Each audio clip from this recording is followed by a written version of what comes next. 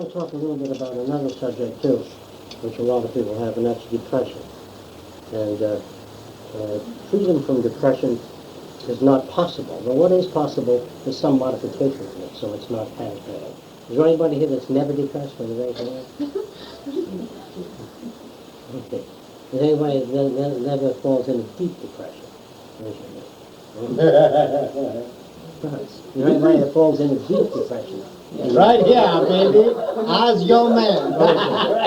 Okay.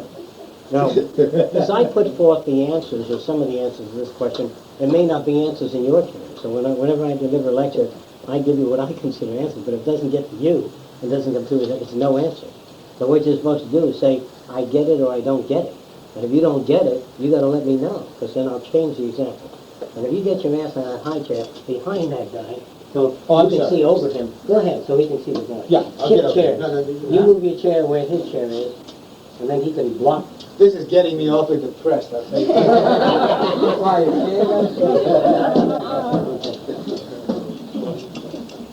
Okay. Anybody want to try a definition of depression?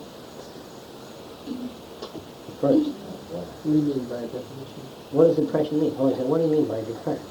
Gee, I don't know. It could be anything. Okay. I know what the feeling is. Feeling negative. Or thinking negatively.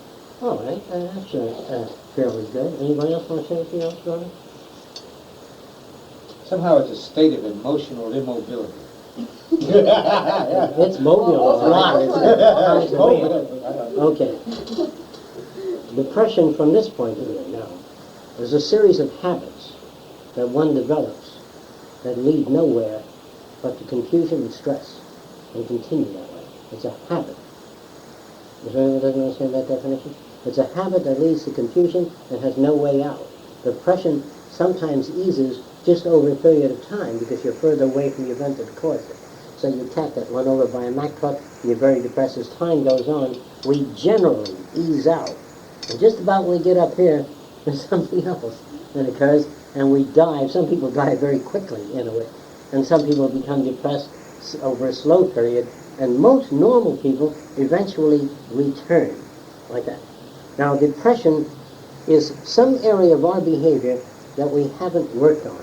We haven't really studied it and worked on it, so it continues. There are many people here that have continuous depressions, and I'm not talking about biochemical depression. Here's what that means. Not eating, not getting the right vitamins, or that kind of, or a tumor of the brain. I'm not talking about that type. I'm talking about the pure psychological state as a habit. Now I'll talk a little bit about habits, so you know what I mean by that. I mentioned yesterday, I think, that if you have about 6 or 7 or 10 horses in a barn, and the barn catches fire, and you lead the horses out of the barn, and when you get them away from the barn, about 200 feet, let them go, and they run back into the barn. I don't know whether you knew this. Anybody know this? Even if it's on fire? What's that? Even if it's on fire? Even if it's on fire. But if the horses are in the barn and the door is open, they're not chained to the door, as the fire burns, they'll come running out, and they'll stay near the barn. And after the barn is all burned to the ground, they will walk around there. Because the barn to a horse is what? What else is it? Security. Security. What else? Food. It's a place where the rain doesn't fall, lightning doesn't fall. And there are other horses there. They're fed there. They're washed there. Associationally, it's everything, the barn. So when you rip the barn down, the horse looks around for a barn-like structure because the horse is at a loss, and going back into that barn is a habit. It has been relatively stable. Now, there are some people that come from a home of misery. That's right, misery. People argue there and depress them, you'll never amount to anything, nothing. But they've never known anything else. So when you leave town and you can't get a job and people look at you as a stranger, you go back to that because you've never known enough other alternatives. Is that clear? So people have a vocabulary of behavior, things to do. On payday, you go out and get drunk, you get laid, and you go home and you work the rest of the week. That's a habit.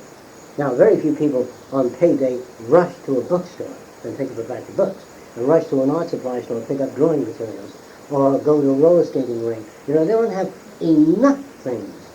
So, if you can build a vocabulary of behavior whereby you have art supplies, Wednesdays you go roller skating, Thursdays swimming, then you go down to the bay sailing. I don't mean that you do all these things, but if you build enough of behavioral areas that are pleasant, when you destroy two, there's not enough to create depression because you got so many others. But if you keep saying, why didn't Virginia call me this week? She could have called me. And all day long you sit at the phone waiting for Virginia to call you. Now that habit is only based on giving Virginia top billing. You know what that means in the movie industry, top billing? In the theater, top billing is the actor. If you give Virginia top billing and the fact that you're the best dressed man in town top billing, when somebody moves into town better dressed than you are, and Virginia goes out with Sam, then you've been wiped out. You don't even have a barn. A horse has a barn. So you don't have an emotional barn, okay? Now, there are other emotional barns, which are burning. An emotional barn, when you run into depression, if you go out and get drunk, that's going into another burning barn. Because you're going to wake up with a hangover, and the problem's still going to be there, right? So think of how many emotional barns you got as you go through that are burning. All right, here's the way you get out of it. You usually don't get out of a depression. But what you do is develop habits when you're not in a depression that are fulfilling. Other habits. Try moving around. Some people buy cookbooks and they cook Spanish foods and French foods and Greek foods. And some people go to the cooking exhibitions and shows. You know, and some people spend time and they join the chef's club where they discuss things and somebody cooks and you taste it. I'm not suggesting that you do that. But there are people that have enough alternatives so the destruction of anyone doesn't leave them in midair. Drama is a good thing, but drama doesn't always reinforce, except when you get a job. But drama could be very painful if you're an actor and you can't get a job. And you keep walking around telling everybody I'm an actor and I can't get a job. He says, is that right? Then you're depressed again. Now, here's this guy that wants to date women. He goes out and he can't get it. He can't make out with women. He can't relate to them. But he has to go out with women, and the depression is always follows the fact that you approach somebody and they say no. And you always wind up with depression. Rather than saying, oh, what is it that people say no about? They say no about habits they don't identify with. If I went into a strict Baptist church and tried to date any one of the 90 available girls, they would all reject my point of view. And I would be depressed continuously, because I go to a Baptist church continuously. And there are a lot of people that go to Baptist church continuously and wonder why they're depressed. So you stick yourself into a zone where depression can be generated. Now, if you join up with a lot of people that have a low-level value system, low-grade value system, here's what that means. Usually occurs in an industrial plant where people without much training work. And one of them says, there comes Sloppy Fingers Joe. You know what I mean? Because if you drop something one day, you hang a label on you. And when you come in and say, what did you drop today? They're always coming at you, enough to depress you. You know what I mean? So you keep going back to that burning barn because you don't go anyplace else. Now, to go someplace else, you don't know how to make contact with other people. Because they have, if you make contact only with hairstylists, that's your world of conversation. But if you make contact with others, you can build other world contact. Now, depression. Like I said before, depression doesn't start here. It starts somewhere, by some signal. And what you have to do is like the engineers do, which I tried to describe yesterday. The engineer puts a propeller on an airplane, and then when he winds it up to a certain speed, it flies apart. That used to happen nowadays. Scientists want to know how fast they can whirl a steel ball. So they put it on bearings, and they start to whirl it, and the whole goddamn ball flew apart at a certain speed. So another scientist is to make the ball smaller, and then it can go faster without falling apart because it doesn't have the same mass. And finally they wind up with a little BB about this size, which they spun at, I forget what it was, several million revolutions per second by an electromagnet. And when they turned it off, it took 1 year to stop spinning. Now, they have to identify the problem that the thing flies apart. So when an airplane propeller flies apart, they don't no longer put it on an airplane, they put it on a test rack designed for flying apart propellers. It's got a shield all around, you know, a concrete wall. And they rev up that propeller until it flies apart. If a normal airplane propeller turns at 3,000 revolutions per minute, they rev it up to 4,000. And if it still holds together, it says on the propeller, do not rev beyond 3,000. But they have a safety margin. They identify the problem and then give you a handbook of instructions. Do not keep your sewing machine out in the rain. They give you a handbook of instructions and say, identify the problem. Normal people that have problems say, I'm depressed. That's one part of the problem. The next thing is, what makes me depressed? What makes me depressed? Then you have to identify 1, 2, 3, 4. Here's what makes me depressed. I act in a play and the guy says, boy, you sure allowed such a play. Without you, it would have been terrific. So I'm sensitive to criticism. I just make a black mark there and write sensitive to criticism, or whatever the hell it is there. I get that down. This isn't dealing with the problem yet, but it's partly dealing. Next thing, the guy says to me, you and your big fucking fat shoes. In Florida, everybody wears white stuff, and have to press the shit out of me. That's another form of criticism about dress. Another thing I can't stand is when I put my arm around a girl and she says, please. That depresses me. Rejection. No end. See, so I make, now I know what the areas are that depress me. At least I've identified them. But most people just feel depressed. And you say, what bothers you? And they say, I don't know, I tell you, life isn't worth a shit. And they go on because they don't identify the problem. Now let's try it again. You put normal people, non-psychological problems, mechanical, in the boat. Here they are. And say that they don't have any outside depressions, they like boats. You, in that boat, sees water squirting in from the, you see water in the boat, and you see it squirting in from a certain area, you can identify quickly the position of a problem. The next thing is, you don't have any cotton to shove in that hole. There's nothing in the boat. So you cut off a piece of your shirt. And your wife says, I paid $9 for that shirt in the boat. So you pull it out and put it back in your pocket. And you sink. You know what I mean? So there are times when a shirt has no value at all, except in that hole. You know, since you can't swim a mile, you know, unless you can swim a mile. But if you're a mile offshore and you can't swim very well, fuck the shirt. Now, if you don't have a shirt, say you got bathing shorts, take your wife's bra and shove it in that hole. You know what I'm talking about? Well, do you? It's like the boy with his finger in the hole. Yeah, exactly, right. Anything. Okay, so this is problem solving because the problem is identified. You don't want water in the boat, and the water comes from this area, and the only way to do it is to plug up that area. One movie with Laurel and Hardy, they were both in a boat, and water started to come in.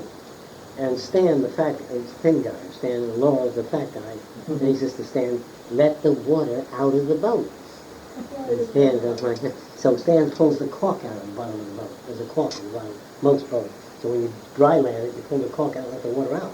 But in the water, when you pull the cork out, so the boat started to get more water, so you should pull out the other cork. And they pull out both corks. They were doing things that were not problem solving. There's a lot of friends you got when you have trouble with your wife and not getting along. They pull the cork out of the boat. Here's how they do it. They put their arm around you and say, why don't you have children? That usually brings the marriage together. You're both at each other's throat. So they have children. Now they got the problems and the children. And the relatives say, why don't you have another kid? That would help. So they have another kid. And so there are many people that comfort you with their arms and put you in a deeper hole. So the recognition of a problem is number one, and the answer is not the answer I give, but the answer you find, whether it be roller skating, sailing, or other. You pick those areas and get busy in them. And then the depression doesn't disappear, but it's less. Now, other things people do in depression that hurts them a great deal. They do things like this. We call it riding the same track. Does anybody here doesn't know what that means? Riding the same track? All right. Somebody bought me a pony or a horse, and I'm very happy with that horse. I think it's great. And the horse is hit by a Mack truck. Now, here's what riding the same track means. If the Mack truck wasn't there, I'd have had a horse today. I ride that track in my brain. And I said, Jesus Christ, if I went out and rode in the country, it would have never been hit. It's gone, the horse. If you keep riding all these tracks in your brain, God damn it, I could have been smart enough not to take the horse out that day. In fact, if I didn't have the horse, it would have been better for me. I would have been depressed. And you invent all kinds of shit that run a circuit that goes nowhere. You know what I mean? The horse is dead. You just keep going over And it. so new circuits are built. And so now they ride these circuits all day long, and the circuits give them a headache. And they got a bad headache, so they call up Clarissa. And Clarissa, are you doing anything? He says, no. And they say, can I come and see you? And they come and see you, and they say, let me tell you what happened with my horse. And they love to tell the story of their depression. to other people. Right. And the other people start all over again. No, a new horse? Yeah. Oh. And so they ride now. Clarissa sympathizes with the misery and the loss of her horse. Had I not had the horse? And they go on, and they build a habit of a multiplicity of nowhere answers. Do you understand that? So whenever something happens, that is, if the Empire State Building cracks in half, there's not a fucking thing you can do about it. So you light a cigar and go to a movie. But you can't handle that problem. You understand? There's certain problems you can't handle. So you just light that cigar. Now even if it's your Empire State Building and it cracks in half, and you light a cigar and watch the crack grow, she says, isn't that your Empire State Building? He says, so it is. I would be terribly depressed. And you learn how to say, I'm sure you would. But you're losing a building that costs $20 million. You say, that's right. That's a hard thing to learn. But once the crack is there, you watch a crack building. People laugh at other people's buildings crack. You know that? A successful play or a burlesque show, the funniest part is when a guy catches another guy in bed with his wife. And then the audience laughs. And the reason they laugh is they are the sons of bitches that would suffer if that situation occurred. That's right. The people that laugh at any situation are the people that would suffer most in that situation. You understand? So comedy is based upon a lot of things that people can't accept, except for the other fellow. If it happens to the other fellow, it's accepted. So, in answering your question briefly, that's one of the outs in dealing with depression. Not riding tracks. When you find yourself riding a track, you can either get out and try for something else. Try to see another director, another producer. But don't say, geez, I didn't get that part. Maybe if I did it this way, I would have got it. It's out. You didn't get it. Move on from there. Well, it would only We be keep saying- good if you analyzed it for future reference. In the sense, if you do I won't do that's that in the great. future. Blah, blah. Right. It's If you not do that less kind of acceptable. analysis. Right. You know, then Do you follow drop it. that? That's a little difficult to do, though. You know what I mean? He says if you try to find out the reasons why the director didn't accept you, so your next approach doesn't have those reasons. You patted him on the back and say, let's have a drink, and he hates drinking. So you have to find out what it is that might interfere with another person's behavior related to you. Well, you made the point about if you're rejected by a woman, it may be something that you're doing that she won't accept. Now, if you're interested in gaining acceptance of these certain things. Now you get into a problem. Let me Yeah, tell you what's the something. problem? If you do something with a woman and she rejects you, Yeah. and you say, I'm not going to do that anymore, and you go to another woman and don't do that, she may reject you. You understand what I mean? Because what makes one person accept you, another person can be quite different. When you're dealing with people, there are just general formulas that work. But don't say, well, geez, I better not do that with a director. Some directors are so egocentric and simple that they need low-grade flattery. You would almost be ashamed of receiving such flattery. But some people need it. Some people are so hammed up, they require low-grade flattery. What do you mean by low grade? Low-grade flattery is, boy, you're sure a good ice skater. God, you're great, terrific. That's low grade? Yeah, it's low-grade because if you're a good ice skater, if you enjoy ice skating, that's all there is to it. If somebody says, I like your ice skating, I like the way you skate, that's all right. But low-grade flattery is where I walk out and say, I did this and that, and I did this and that. So I check that all the time. And you say, well, you did, how wonderful. There's certain things that certain people don't need. They really don't need it. They don't need certain types of criticism. Like, if I ask them to take my kid across the street to a Frankfurt while I'm busy doing things, and the kid gets run over, you know what I mean? I say to him, you son of a bitch, you know, we don't need that. Because the event is over. You know, the event is over. All that's needed now is that you get your kids to the right hospital, and you don't have him take your kids across the street. But you're not mad at him. See, we get mad at people after the event. Guy sells me a new car tire, I get a flat, I get mad at the guy. As though the guy deliberately ripped the tire and arranged for a flat at a given time. Most people don't do that. And they call that paranoid in many instances, because I project that if I lend Clarissa my bicycle, it will come back rusty. So I'm mad at Clarissa while she's borrowing the bicycle. For something I project she might do, which has no basis at all. And the next time I see her, she says, Jock, can I borrow your tennis racket? I punch her in the arm. She hasn't even done anything yet. And now she's mad at me. And I say, are you mad at me? She says, yes. I said, I thought so. Now, the thing, I created the whole situation. There are a lot of people that create situations. It isn't a situation that would normally follow, but they generate a situation. All right. Now, the story of the lifeboat is related to problem solving, and it's obvious. The story of the tightrope walker, some of you may never have observed this. The tightrope walkers generally pull on all their wires before they get up on a rope. You ever see that?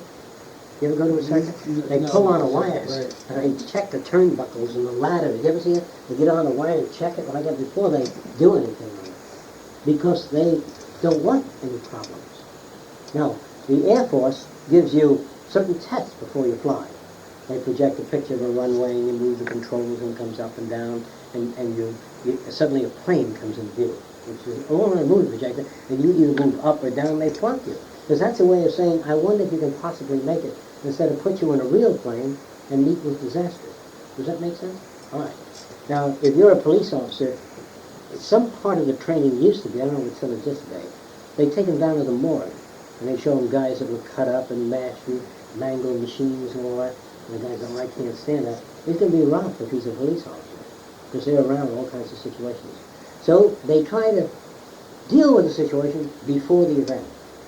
We call it here, I have to use a rehearsal for disaster. You know what that means? Rehearse for possible disaster. What if this occurred? What if that occurred? What if my wife jumps off the Empire State Building? What if my kid pushes my wife off the Empire State Building? Well, I wonder how they got to that value system. You know what I mean? If my kid gets angry at my wife and pushes him off the Empire State Building, you know what I mean? I must realize there's a lot of areas in behavior that I never dealt with. That's what the problem was. Or I didn't want to deal with it. And if I didn't want to deal with it, I didn't know how important it was. And if I didn't know how important it was, I'm innocent. I don't know if you know what I mean by that. You know, if you've got a glass of acid on the table, somebody's not first. I didn't know that. I know a lot of photographers that keep hypo in the refrigerator. You know, they keep all that films, they keep it in the refrigerator. And sometimes in an emergency, you know, some guard comes in, the person thinks they run in, they pour the hypo, and you get it to the person. Now, the person drops dead. And the person says, I didn't mean to kill them. And you say, yeah, but you could have looked at the guy. It doesn't say hypo on it. You know, and so he goes away feeling like a murderer. You know what I mean? As though he's merely a victim of circumstances. Most normal people do things like that occasionally. And technical people have a refrigerator with a lock on it. Or they have labels on it. Poison, fat letters. Or a bell rings when you touch it with a technical thing.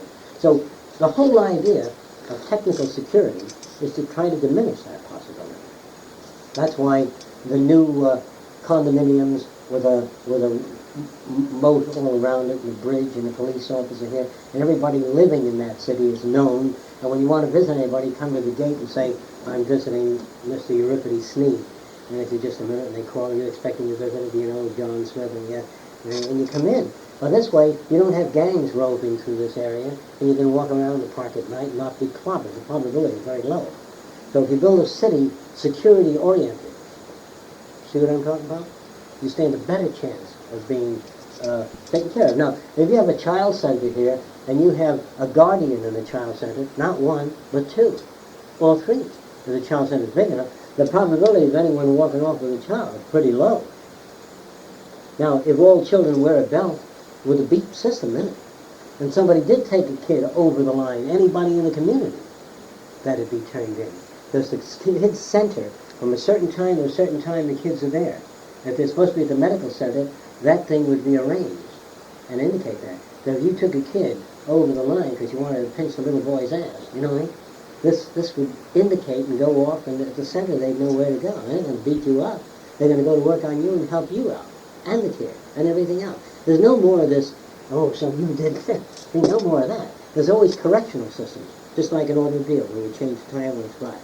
And instead of beating up people, tormenting them, throwing them in prison, they try to reorient them to whatever is optimal, yes. No, but this system doesn't have the equipment to rehabilitate. No, I know that. Therefore, you have to adjust your values to this system.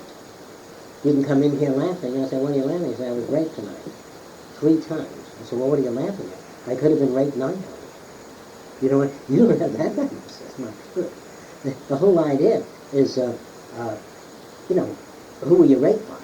You were raped by a young kid, 17 years old with freckles. He says it was terrible. And then you were raped by a 75-year-old syphilitic wreck. which is quite different, isn't it? So, first of all, at least he didn't have anybody who was, oh God knows that situation. So, how bad is the situation? You know what I'm talking about? And when a situation occurs, you can only deal with it from then on. You know what that means? Now, you can't walk out of here now and be free of depression. You have to practice this system of whenever you're riding thoughts that go nowhere, which we all are victims of habit, you stop and say, hey, this isn't going anywhere, and you go on into another direction. Even if you call on Sam and say, let's go bowling, or go to a movie, or turn on TV, or paint, or discuss the subject technically with someone you can. Yeah. Here's an interesting problem. We have, in this society, a lot of times when you're just riding a bus or in a plane or driving, and you've got all that fantasy time. You do ride loops, and there's almost nothing else you can do. You know what I mean? Yeah. You got a 2-hour trip in a car. I do. You sit there and you're going through a lot of stuff. A loop. Now, because you can't do anything, you're driving the car, you can't go off to the library, you can't draw, you can't do a lot, you're stuck with that. How about that? How would you ride a new loop in a fantasy situation? Because that is, you're running the secret life of Walter Mitty there. Or if I'm driving a car and there's a depressed situation occurred that I can do nothing about, I think you know what that means. Then I have many tracks that I recall. You think about something else. Well, there are tracks. Like, I remember a trip to some beautiful islands in the West Indies, and I remember the waters and the beaches, and I recall that and think about it. And I thought about those things. Then by the time I arrive, I get into the habit of moving to another track that I can't resolve it. But if I'm in a problem that I might be able to resolve, I try to ride tracks of probable resolutions of problems. And I don't say, I think I got the answer. I say, I've got another approach. That's it. But if I say I've got the answer, I can be depressed. You know why? You think you know why? Suppose I sit back and I think I've got the answer to keeping Carl from screaming at me. And I said, to tell Carl he's a damn fool for screaming at me. Then he screams back at me. So I say, I think I've got an approach. I don't know if it's the answer, so I use it, and he screams back at me. I said, apparently that isn't right. Does that make sense? Then I come up with another thing. I say, Carl, you have excellent taste in this and that area and all. And he said, don't try to flatter me with that shit, you know. And so, apparently, approach number 2 doesn't work. And I don't have approaches to that problem. But if I say, I think I got the answer, I think it'll all work out, I'm building myself up for a fall, okay? So stop thinking in terms of, I think I know what to do about it. Say, I'm going to try this approach, and it clashes. I'm going to try that approach. And when you run out of approaches, I say to Carl, I don't know how to deal with you in certain areas. And he says, fuck you. I accept that. But the idea is, I don't say that hoping that he'll say, well, I'm glad you thought of it. I don't know what he's going to say. I'll just say it mechanically and learn how to accept what he says. Not necessarily agree with it, but accept his That's like not having any expectations. Well, you have this expectation. You're going to find out whether that system works or doesn't. But if you do nothing, nothing will work. You get nowhere at all. So doing something. And that's exactly what happens when, I'll have to explain this to you people. People do this automatically in mechanical fields.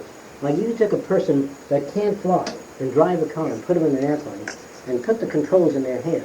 This can't fly. The pilot dropped dead. And they're sitting in the seat with dual controls. They will grab the controls, I can assure you that. They won't run in the back of the plane and go like that. They'll grab the controls, most people. And if they push it too far forward, they'll pull it back to where it was, and it'll go up. And if they lean this way, they'll shove it over that way. Do you know what I mean? And pretty soon, they will have a rudimentary control. What do you think happens when you put a little kid on a bicycle, and he turns the steering wheel, and he goes in a circle? Then he turns ahead and goes the other way. Then he turns it and goes straight ahead. And pretty soon, he's developed control without instruction. People think instruction is somebody there. When you want to go that way, you turn the wheel on. Instruction occurs naturally, meaning if you put a kid on a bike, you're really moving that bike. When it gets to a hill at this angle, little kids will try to go up and they won't go up at all. If your hill is at that angle and you've got a pedal bike, it just won't go up. And the kid looks around at the incline of the hill and then proceeds up the hill. Did any of you try a bicycle on a hill that it's better to get off and walk? How many of you have done that? But your first estimate was, I think I can go up that hill. I'm not talking about one with a gear shift. Your first estimate is that you think you can go up the hill. That's why children, in trying all these things, it's a very good idea to put a lot of children out in the field and let them run up hills and drive a bicycle. And there's a hell of a lot of learning you don't need to sit with and say, don't do this, you do that. You don't have to instruct. There's a lot of natural instruction. The reason you don't see a 3-year-old shoving a piano across the room, because they can't. And I can assure you, 3-year-olds pull on anything. And if they went out in the back and pushed the car and it began to move, a bus, they will continue to do that. But if they push on the car and it never moves, they stop doing it. So I'll use the term temporarily in quotes, natural instruction. It occurs all the time. But in behavior, when we get angry, we become obscure. I mean, we can't handle the problem well because anger dominates. And if we don't get angry in a situation, if we resent or reject certain patterns of behavior as being less useful, we tell the other person that your singing in a bathtub annoys me. No. He said, well, other people like it. I said, that may be true. See, but it doesn't mean that singing is bad. It annoys me. Now, he said, well, Jesus, you're a temperamental son of a bitch. If he comes back with that, I won't argue with him. I might repeat that your singing in the bathtub annoys me, and this is one of my areas. He said, why don't you try to get over it? Well, sing a little less loud. Maybe I can accommodate to it. See, the whole idea of telling someone to shut up and stop singing in the bathtub, or don't sing in the bathtub because you got a lousy voice, it's just that it annoys me. And you tell it to other people without anger. And if you continue to sing, then you have to make the next suggestion. Either shove cotton in your ears or move on. And if it's that important to you, you may tell them again without raising your voice. The raising of the voice may cause him to stop singing in the bathtub. When I get a flat and call him up, he says, fuck you. No, the idea is, you just can't walk over to people and tell them exactly everything that you feel is wrong with them, because a relationship consists of, there are certain areas of behavior that some people have. And I like some of your behavior, and some of your behavior I don't identify with. This isn't true. Some of it I don't identify with, some of it I identify with very much. So I tell him the reasons that I don't identify with, without anger, without you son of a, without that, just a description. And if you walk over and somebody did a play or wrote a play that you don't care for at all, and you say, I don't care for that play at all, that person can't handle that. If you say, how is it that you had the old lady kill everyone in the play, you know? He said, well, I thought that would be novel and different. So he said, well, I didn't think of it that way. And it was hard for me to conceive of why an old lady would be doing that. Instead of saying, I don't like it, the question for how come you did that? Well, we always come at people in anger. Damn it, Carl, you could have oiled the bike. He said, do you know there's no oil within 11 miles of this bike? So the comment wasn't necessary. I said, I might say this, Carl, how come the bike wasn't oiled? There was no oil available. But instead I come out, God damn it, you could have oiled. He couldn't have. And I come out in anger. And when he says there's no oil within 11 miles, I've now declared anger, so I try to justify myself. Well, I was only thinking of it for your own good. And I still can't yield to I'm sorry I came at you that way. Some people can't do that. They have to win. They have to win the argument. And so, to win an argument, you may lose. You may tell someone off and lose your job. But telling someone off isn't always the answer. That's why I ask some of the people here about honesty many times. If somebody was very hysterical and something happened and they're bleeding heavily in an automobile accident, and this woman is saying, how is the child? And here she is bleeding, rapid heartbeat. How is the child? You say the child was crushed to death. This may be the end of the person. And you say they've taken her off to another hospital and they're working on it. He seems to be all right. You like, and you may be able to save her. Does that make sense? So if you ask me whether it's right or wrong to lie, I can't answer that because I don't know the circumstances. And the word lie doesn't come true to me as it does to other people. And I don't know whether the truth is always the best. I think the truth is the best if people can receive it and say, I didn't know you felt that way about the American flag. You see, if they can come at it and say, yeah, I didn't realize that there was another point of view. Some people think, normal people, that there's two sides to every story. Did you hear that one? There could be 30 sides to every story. Could you believe that? Or is that too difficult? Why is there two sides to every story? There's the Japanese side, the German side, the Italian side, the American side of the war, right? And they're not all the same. And so, if you ask children about whether daddy loves mommy, is that daddy always beats mommy, and the little boy says mommy antagonizes daddy, that's why he beats her. And so you get all of these different stories. Now, in a court of law, in order to get the judge to understand that the old man who's beating his wife is right, he says, you ever seen when my wife takes those children and pulls them by the hair, although she's never quite done that. He says, when she does that, he says, I go to pieces. like a little deer, you know. And when the wife tells a story about what Sam does, she over-edits it a little bit in order to get the judge, because the judge, he's going to say, well, sometimes my wife annoys, people annoy other people. Pulling the kid up by the hand, carrying him across the room, is something that may cause the judge to say he did that.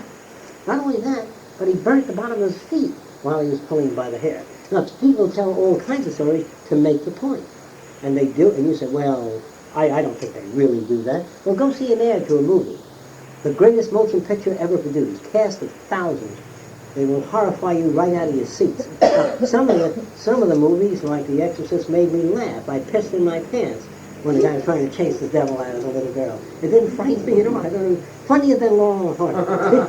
Get out, the devil out! And the devil to me is supposed to be very smart. You gotta listen to this shit. You know, the guy that's been alive for millions of years, that torments me. So I found it to be very funny. Now, the little girl in bed, she got up and she said something very evil. She said, may your mother suck cocks in hell. The little girl said that in The Exorcist. You know what I mean? Now, there's hardly anyone on earth that hasn't sucked a cock. And so it isn't a terrible thing. It's a thing that people do. But the people that wrote that story apparently consider that evil. But if you call somebody a name which they are not, I would say you're a victim of error. And if the child got up and said, I make value judgments before I have enough information. That's a shocking thing to me. You know, if a person says, I judge somebody before I know them, that would be fiendish and devilish. But not saying, may your mother suck cocks in hell. But if you wanted to hurt people, say, may your mother suck syphilitic cocks in hell. In other words, then you can make it more evil. Right, now, the whole idea of hell means misery.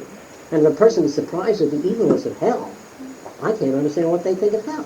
When a Christian reads about somebody that went to hell and what the devil did to them, they're so shocked, they must have thought the devil wasn't quite that mean. And they would not be true believers. Because a true believer knows the devil is mean as can be. That anything he did would not be surprising. If the devil took a sweet little child and boiled its ass over frying oil, you know what I mean? And then tore the child in half and threw it to starving wolves, and then reassembled the child and started all over again, I'd say, well, in other words, how much of a fiend can a person be? Now, if you saw movies of the most evil concepts of Satan, and then you saw Frankenstein, you think, gee, that's a nice situation, as compared to the other. So I can never understand why a Christian is always surprised at an evil deed, especially if the devil gets in somebody. They say the devil got in one. And therefore, I would imagine him putting a child over their finger and shoving it up their ass and spinning it around with thorns on the end of your finger. I couldn't conceive of anything Satan can do that would be horrifying. Because then I would be turning to Satan and say, you wouldn't do that, would you? You would watch me. Watch me. So, the whole idea of hell and heaven is supposed to be made clear in the Old Testament and the New Testament. Okay?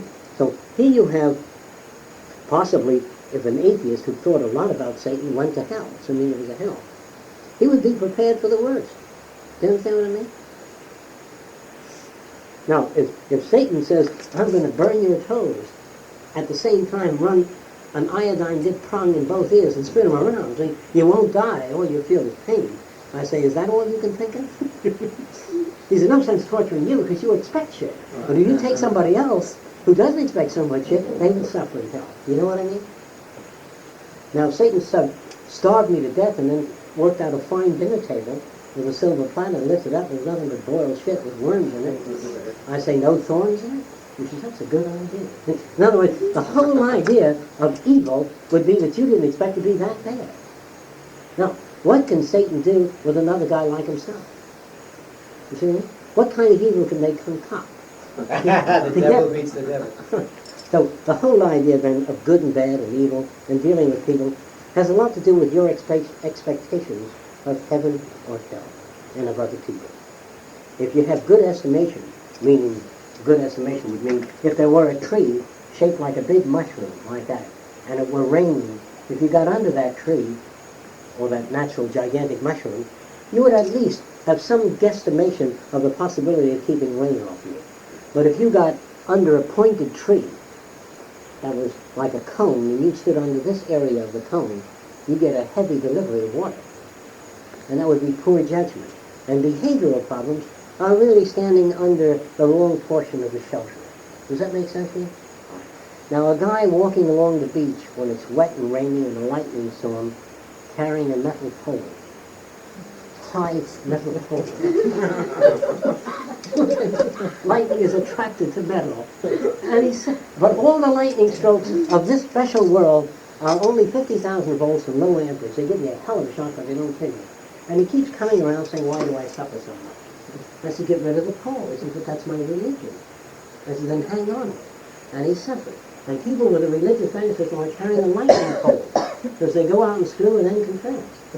And the lightning pole that they carry is designed to gather shocks. And a sense of morality is a shock-producing system. You understand that?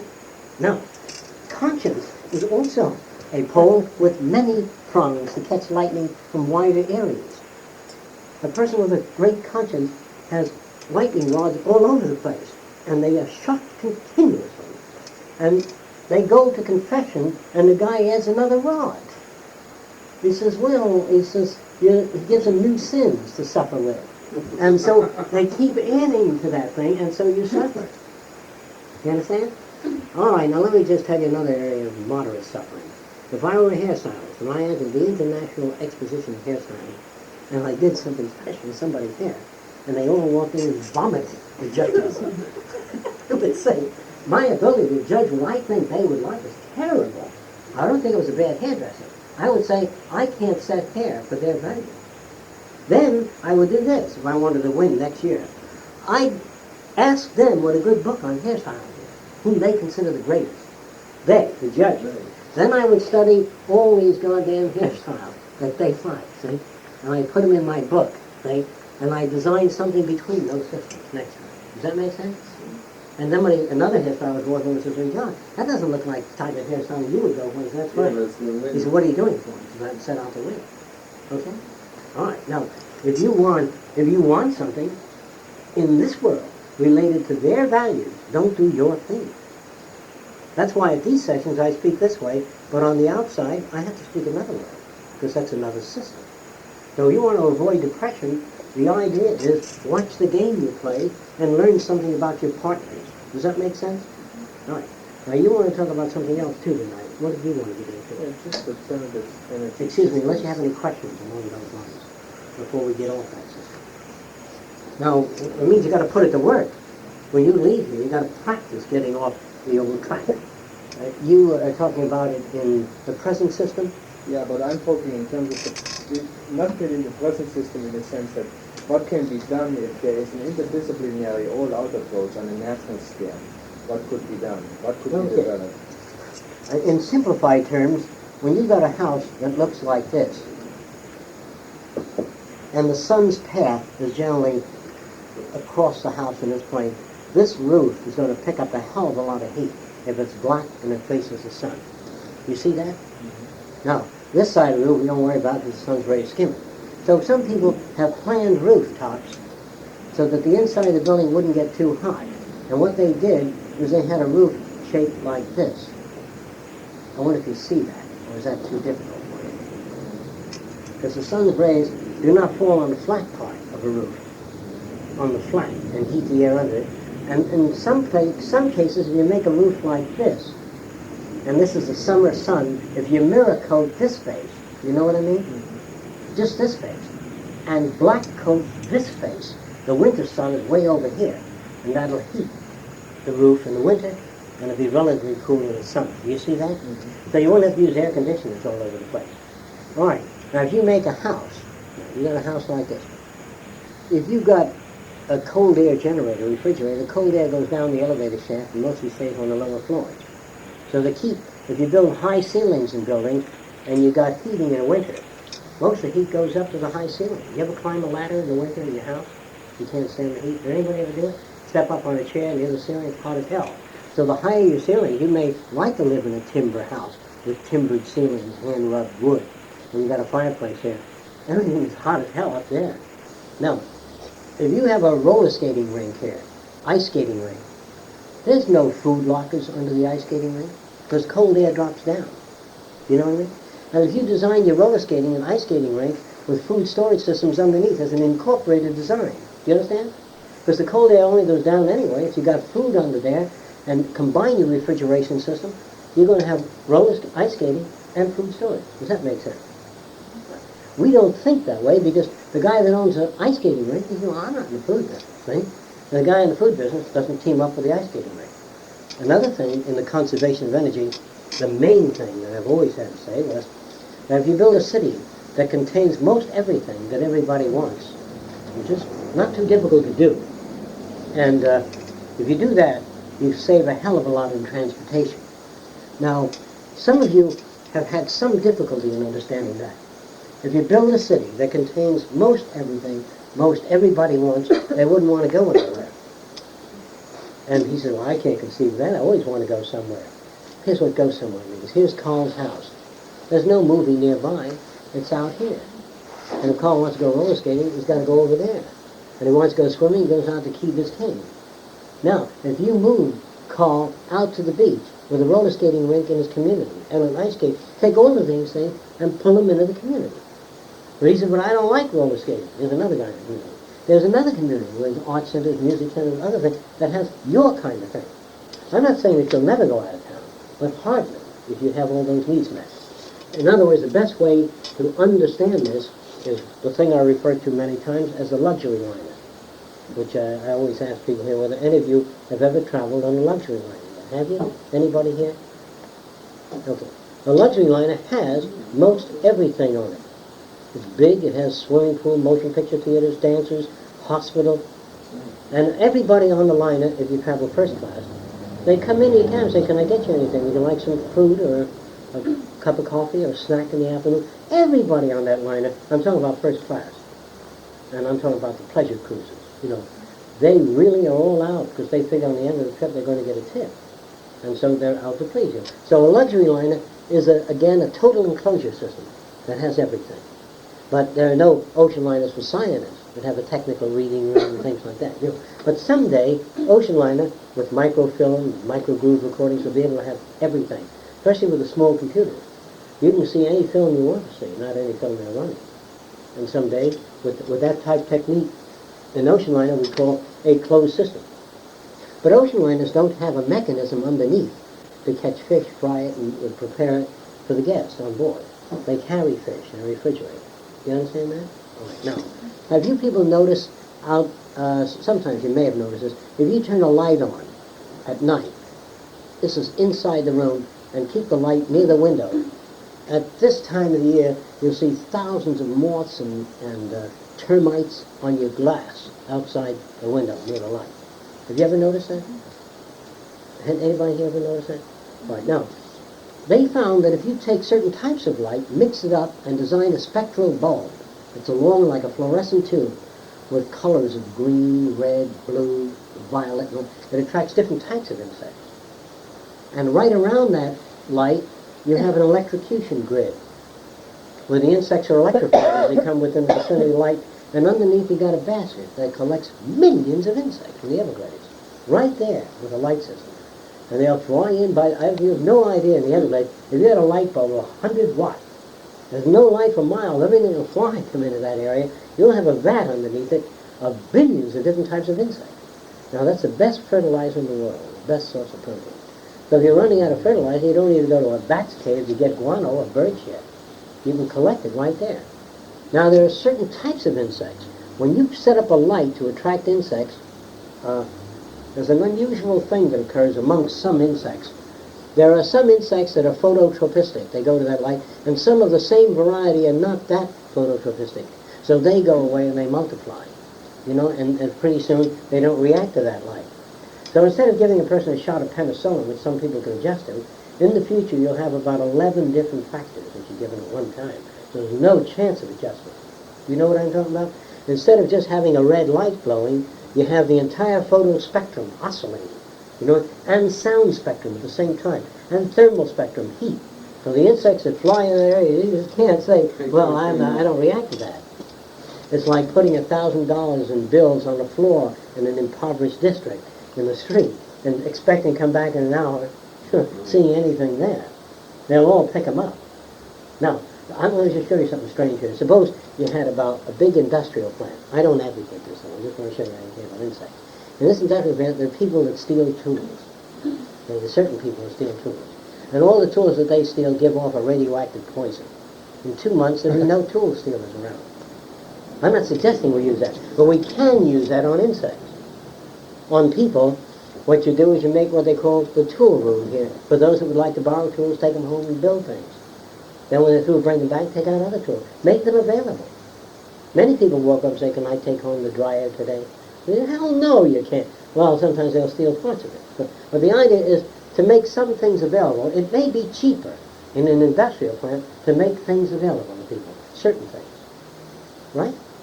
And the things that you don't want to make available, they're just immobile. They just don't move out. Now, if you didn't want a dog pissing against a fire hydrant, it's very easy to do.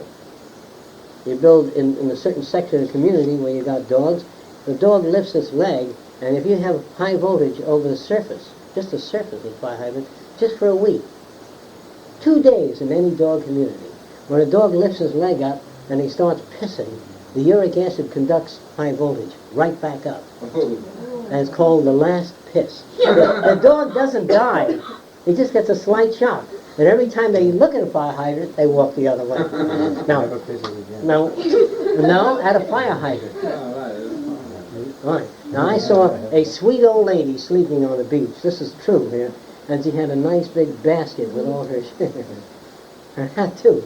This great big Saint Bernard and pissed right in, and she was sleeping all through it. Everybody on the beach was watching her, but nobody chasing dogs around. Now, she probably, after that, reached for something and would have no idea that it didn't rain or anything like that, no idea what happened. Now, if you want dogs not to shit in the grass or outdoors, it's very easy to arrange. You bring up dogs in an area, and that area has sawdust boxes, things of that sort. If they shit, you have a large area first with sawdust and texture. If they shit in that area, nothing. If they shit in this area, they get a shock. It's automatically wired that way. Then what you do is take them to an area and have your sawdust zones. And the dog will look for them in a public park. Do you know what I mean? The dog will be going like that, but looking for the goddamn thing. And so what you do is bring them up for 3 days. And you don't need that electric stuff all around all the time. It's just the first piss, or the third, if the dog is real dumb, the third shock of the fire hydrant, and the dog is through. You understand that? All right. So a lot of you people think that you have to be on the dog all the time, conditioning and working. You don't. You just do it once and then turn loose. Now here are all these dogs walking down the street, never shitting on your lawn, nodding their heads good morning, and never doing anything offensive to anybody. And she says, my, what a wonderful collection of dogs they have in town. And all I'm saying is that the town is well engineered behaviorally. See? So the idea is that the reason dogs do things that you don't care for, because they're reinforced for it. Now, human behavior, of course, putting such controls on humans is difficult because you have it in traffic. If you drive over the wrong freeway, in the wrong direction, people blink the lights, toot their horns, you know what I mean? And pretty soon you see a car coming at you, and he tells you to pull over. They try to get you off the highway. Well, very few people will try for a U-turn. You know what I mean? It's hard to do. If you don't do a U-turn, you're going to have all kinds of problems. Did any of you ever go on a freeway in the wrong direction yet? Anybody here? Raise your hand. It's a pretty nasty situation. But, well, obviously, what happened is, however you got on that freeway may have been an off exit. However you got on the freeway may have been an off exit. But it means that there are insufficient precautions. A sign isn't always the answer. There has to be another system. Another system has to exist. Now, another system in Florida is essentially this, that if you condition people, if you take a freeway and you make it with a slight slant, the entrance zone, and there are lights coming out this way, you know what I mean? They come at you when you're in the wrong direction. And it says, no. It's a bright light coming in. And when you go down against the light, you don't see anything. There was a setup some time ago to conserve, to diminish accidents on highways. They hope they diminish, I think it's 15,000 accidents a year by polarizing filters. And let me tell you what that was about. They wanted to polarize the automobile windshield at 45 degrees, which Polaroid J it's called. And it's really a slight dimming, not as dark. The windshield is slightly dim. The headlights of your car has polarizing angle at this angle. It lights up the road, but doesn't get through your windshield, because the two sheets of Polaroid Is there anybody that doesn't know what that means at all? Raise your hand. You all know what that means? What's that? Say that again, John? Well, we'll say it, I'll do it. This is a sandwich, two sheets of glass and a material in between that has microscopic lines in it running through it.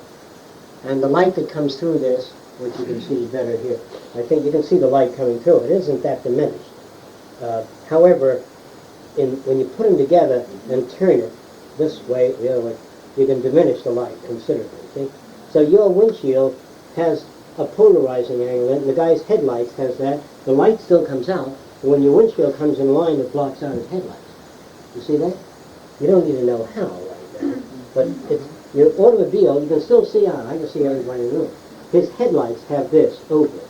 So when your windshield is in line with headlights, they're down. Well, Now what you can happens? change it. See? Can you see it the way it is? Wouldn't That's it diminish great. the Oh, that's intensity great. of the light? What happened? What does that Wouldn't cause? it diminish the intensity of the No, because light? Polaroid J is a low-level filter. You can see through it, but enough to diminish his headlights. It doesn't do that to it, but it does that as compared to that. So, I mean, which is- if I drive the car and they have the filters there, would my light be as intense as it Oh. would be? 95%. See? Now, that is the type of something that cuts down on accidents, and Why would- polarizing doesn't wear out. Why is that? Because you don't have such a bright light in your eyes? Is that what Right, you're when a saying? guy is coming down the freeway at night and he's got his lights on, and there's well, it's raining. You know, when you're driving around, you can hardly see anyway. You have a lot of other problems. And then you don't even know sometimes whether he's in line with you or to the side of you. And polarizing filters let you see the light, but not that bright. You It guys do doesn't this light on it up. cars now? No. Oh, that's right. No, but they will in the future. But I'm just trying to show you what this thing is about. Now, roughly, when you're looking at the board, Yeah. see the board is dimmed down or light. You can see that image, or you don't. And they use it in glasses on the beach. When the waves shine, you turn it, you can see the fish down under the water. You turn it this way, you see the reflection. I'll try with it. If you want to see that, you can come over here, and I'll show you. Anybody that wants to see the reflection disappear on something. You take a look at that tabletop through this. See the reflection? You don't see the shininess on top of that thing? Is it bright? No. See any changes? No. Look at the table. The color gets... Oh, it diminishes the reflection. Yes. That's terrific. All right, so if you're driving a car, That's you don't get ideal. reflection from the highway. That's ideal for glasses. Yes, it is. turn it more than you do. Look at that. Hey, this would be great for these seances, John. You could make ghosts appear. It looks like a ghost is appearing. Okay, let's go through what's happening. Terrific. Anybody else want to look at it? That's terrific. You want to try it? Okay. Looks like a ghost is appearing. Okay, roughly we get back to what happens. Light coming from any source comes from that source vibrating in different directions. All kinds of directions. The light particles bounce every which way, up and down, sideways, forward. When you put that bar in front of it like this, that prism bar, it's a lot of photochemicals like iodine crystals lined up in a straight line. Nobody lines them up. When you mix that up and it sets, it lines up automatically by itself. And as the light comes through it, any light vibrating in this way doesn't get through the prism bars. If you had a bunch of prism bars and ping pong balls moving through the air vibrating this way, they'd never get through.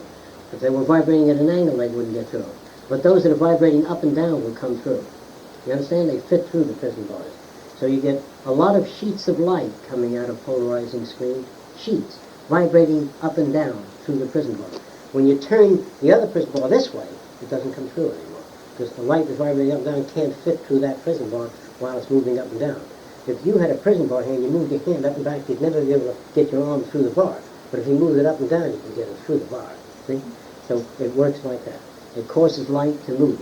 So when you're driving down a highway and the light coming from the sun hits the highway and comes vibrating, sometimes light vibrates at this angle and shines in your eyes. If your windshield is polarized at that angle, it'll cut it out. You see no glare.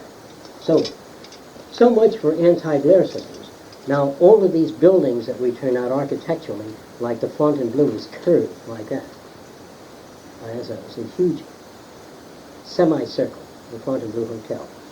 If you did away with the ornamental walls that they have there and put up what they call curtain wall, which is a decorative wall and used a mirror-like surface on the wall, it reflects a lot of heat off the building, and you can cut your air conditioning by 75%. Then you collect all this heat on a central cylinder right here. So all the sun's rays fall on this central cylinder, and all the air conditioning systems are operated by the heat of the central cylinder. See? And so you save a hell of a lot of energy. Do you understand that? The central cylinder is a heat-sensitive mechanism. Let me explain that to you. How do you make heat cold?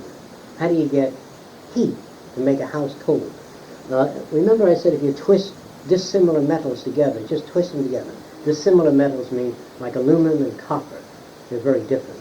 If you twist stainless steel and tin, ordinary steel together, if you twist lead and aluminum together, or copper and zinc, or any dissimilar, just twist them together like that. There they are, twist together.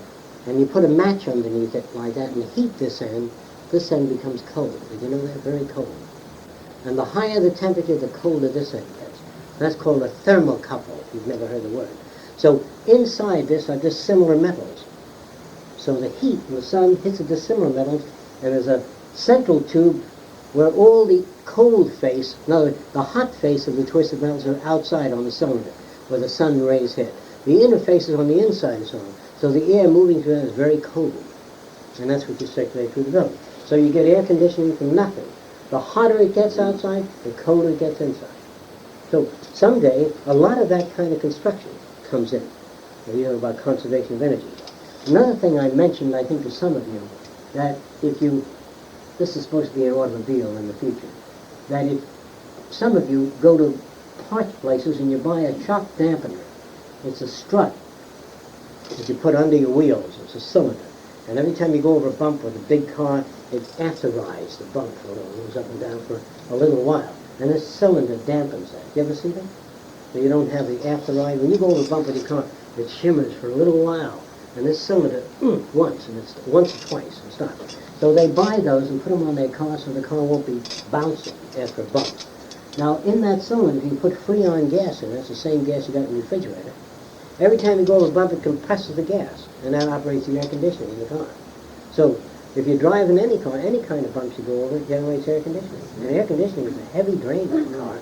It's a pain in the ass. Eventually, they'll come to that. All right, any tire touching the ground, any automobile tire, can generate more than most Van de Graaff generators, electricity. Just where the tire, when it turns, where it leaves the ground. Here's what that means. As the tire's going this way, this is where it's leaving the ground. It generates high voltages, great voltages, millions of electron volts. Someday they'll have a little wire up here like a comb that'll collect that high voltage and store your battery. You don't need a generator. So a lot of those kinds of changes will make it possible for you to do a hell of a lot. Now, the trains in New York, the old subway had a good device. When you step on a brake of your car, there's a strap in the old days that choked the wheel.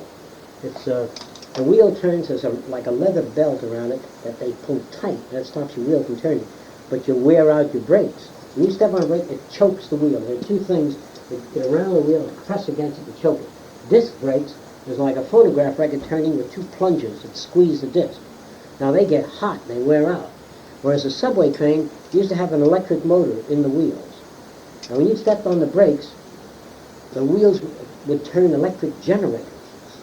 And turning an electric generator, you probably didn't know this, if you try to turn it, it takes a hell of a lot of energy because it generates electricity. So it slows up the train and charges the batteries for the next start. So every time the train is about to start, they get their electricity generated when they brake. We don't have that. If you use your brake to compress the gas in a Freon cylinder, when you jam your brakes on, it compresses gas, and that's a lot of resistance. And it builds up gas under pressure, and that'll give you refrigeration for the next mile. So we got to get brakes that just don't wear out the wheel, but do something else. Does that make sense to you? All right.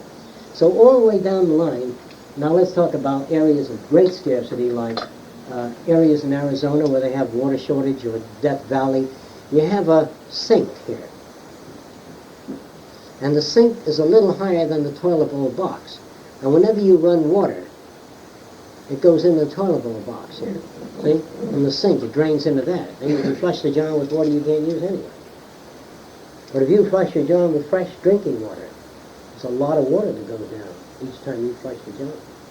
When you picture all of these houses and all these people taking shits and pisses all day long and flushing 2 gallons of water just to get rid of one piss, and there's a water shortage, it's pretty rough. So if you don't understand me, the sink is here. This is the toilet bowl here. See? The sink is a little higher than the toilet bowl. It's a box, a water box, back here. So the water from the sink that you're through using drains into that and used to flush the john. Now, if you do a lot of that all over the country, hundreds of millions of gallons of water is saved. Now, if you took a blade of grass and you figured out how long it would take to make that grass, how much water it would take to make that grass grow this size, it'd probably take that much water. But let me tell you how much water you use on your lawn. Unbelievable. When you consider the water in the lawn, each blade of grass is that much water, that volume of water over a period of time. And it can only use probably less than that. So we have to design new type of lawn with grass implanted, I mentioned this many times before, in a packet or paper, grass seeds. They're packaged. And you lay that paper over your lawn, and the seed contains all the nutrients for 1 year for that grass and contains all the water that that grass will use. And you don't have to water your lawn. In other words, an egg has that theory. When the egg is laid by the mother chicken, you got this interesting thing. There's enough substance in here to be converted to a full chick, baby chick. And all the stuff, the yolk and white disappears and you get a chick. Because there's enough package in there. The chick doesn't need to be wrapped on, get a little water in the egg, it doesn't require any food or cleaning out the chick. The egg is the substance. So someday a cabbage will look like an egg. You plant it in the ground, and that has enough substance to produce a full-grown cabbage. When you consider all that water, which we don't do, pump out there on the fields to get a blade of grass going, I'd say 98% of the water you put on your lawn goes down under the ground. The water is wet for a little while, the rest evaporates and goes down. You see that? So you want to conserve energy, there have to be specific programs like this. And people say, well, where the hell do you get all the money to do that? You save a lot doing that, don't you see? They always figure, geez, you want to build this and do that and build these round cities. If you did that, your taxes and everything else would drop considerably, and you can leave that air conditioner on continuously. Nobody's going to turn it off. You don't need it now. It's not that hot. He says, yes, it is. And so with the thermal system, you got air conditioning all the time. You can turn it off if you want to by changing the angle of your reflection. I'll show you what I mean. If this is that same apartment house I drew before, the Fontainebleau, something big and round like that, let's say that these people here, they didn't want air conditioning. So they turned their reflectors. It says when you don't want air conditioning, turn your reflector. And the hot rays are directed from their house back onto that cylinder. So you got additional reflector on the cylinder for the others that do it. And you can even boil water. On one half the cylinder, you paint it black. And the sun's rays make hot water for the showers. You see that? So there is a hell of a lot you can do. I also mentioned that lighting in the houses is very bad, very inefficient, doesn't light the house well. We probably want soft light coming from the walls all over. Another way to save is soap. We rarely use the center portion of the soap. It just diminishes, and all your soap dishes get slimed up. Is that right? I mean, you throw away a hell of a lot of soap. And so, in the future, you know what this massage shower that they have nowadays, it's pulsating? That pulsating shower is a very good way to wash soap off the body. And so, soap in the future, if you want soap, or if they use soap, will come from the dispenser in the shower head. You scan your body and deposit soap. Then you soap up. Then you turn on the shower. And the shower will be designed to pulse that soap off, if that's what you want. Yeah, we're getting rid of that. They got this liquid shampoo for bodies now. Yeah. You know. Yeah, So they because eliminate you don't waste very much except what remains in the bottle. Someday, the bottle itself will dissolve. The whole thing. You don't have anything. The bottle, too, is a composition that can be dissolved. They now have things like this. They can develop a fertilizer that can take care of the ground for 1 year, where you don't need to fertilize for a year. Experimentally, it works like this. Each packet of fertilizer contains a capsule. This is water-soluble, this fertilizer, in 2 weeks. The capsule dissolves, and the ground is fertilized. This one is designed to dissolve in 9 weeks. So you throw in these different capsules over a period of time, and your ground is fertilized sequentially. See what I mean? Instead of you going out there doing that. You can also design a thing for golf courses, in which you spread your water in capsules that dissolve at a given time. It keeps the lawn moist over a long period of time without you pouring tons of water in there. There are a lot of tremendous possibilities. Another terrible thing about our cities is when you look down the freeway, you got lights hanging there you can see. And you can see all those lights from an airplane too. And airplanes don't have to see those lights. The only thing you want to see is the highway. You don't want to see those lights. So if you put the proper type reflectors on, well, you hardly see the light, but the highway is lit up. Just the highway. And then in the distant future, only the highway is lit up. The highway is luminescent, not these lights in there. But you see those sources of light, they're a pain in the ass.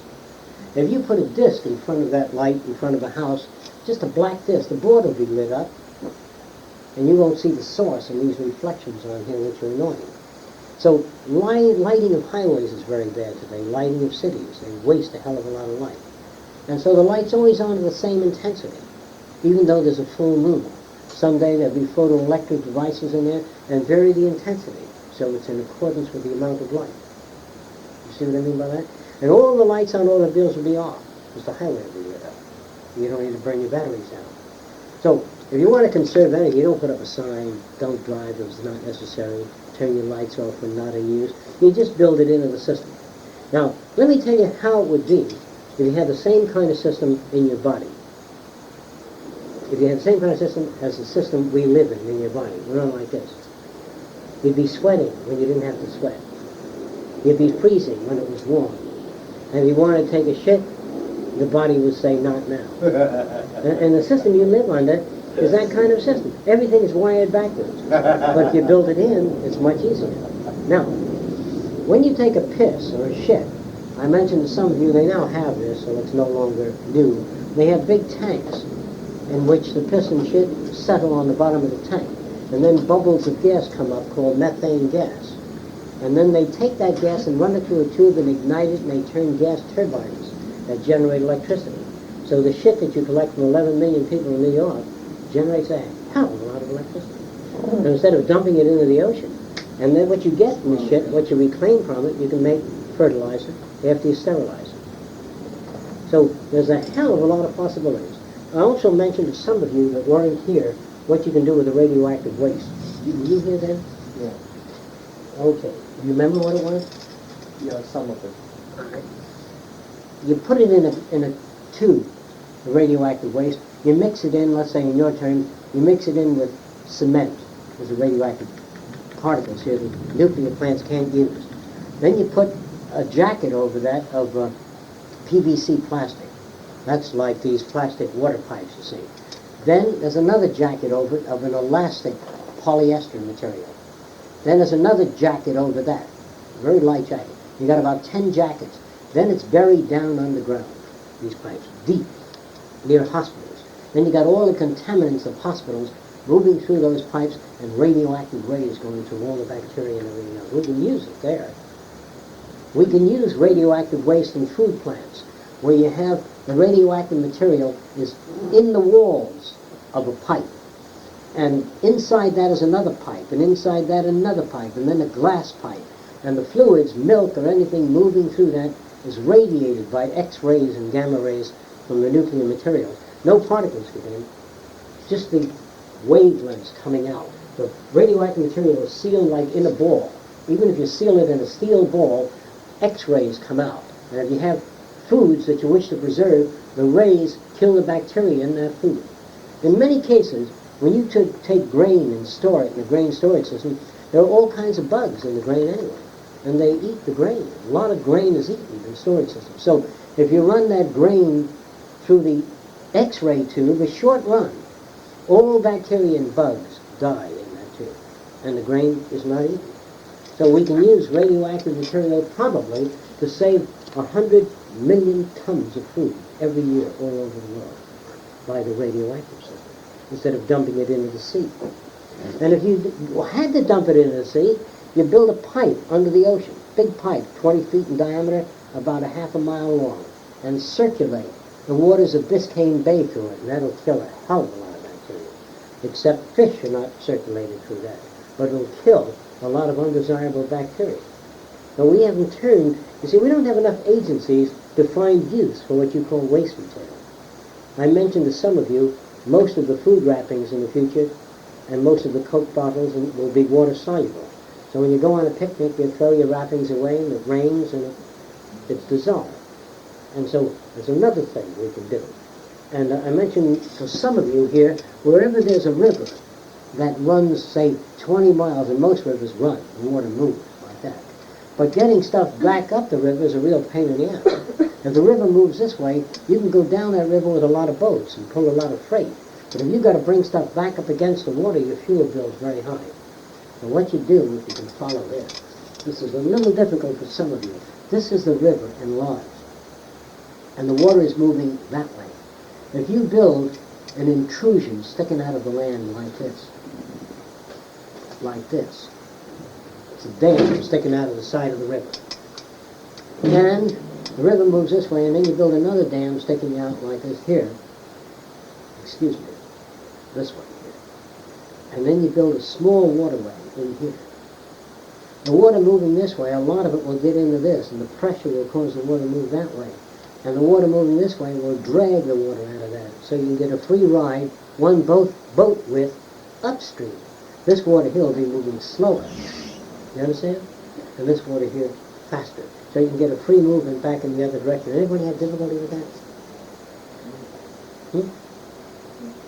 You do? You don't understand it? Okay. You understand that if there's a wheel turning that way, if you lean a wheel against it, lightly, it'll be turning the other way, like that. If this wheel turns that way, it turns this wheel the other way. So it's possible, by putting one wheel against the other, this wheel is turning that way, this other wheel will be turning the other way. The same with a river. I can't put a wheel against it, but if you build a dam sticking out this way, the water moving around sucks the water out of that area, like that. And the water moving this way, some of it goes in here and pushes the water back up that way. So you get a free trip back up the river without wasting fuel. So we can do lots of things like that, plus 8,000 other things. So the guy says, but how much will it cost to build? Whatever it costs to build, it's cheaper than letting things as they are. Shall we go for coffee? Ranch house, all right?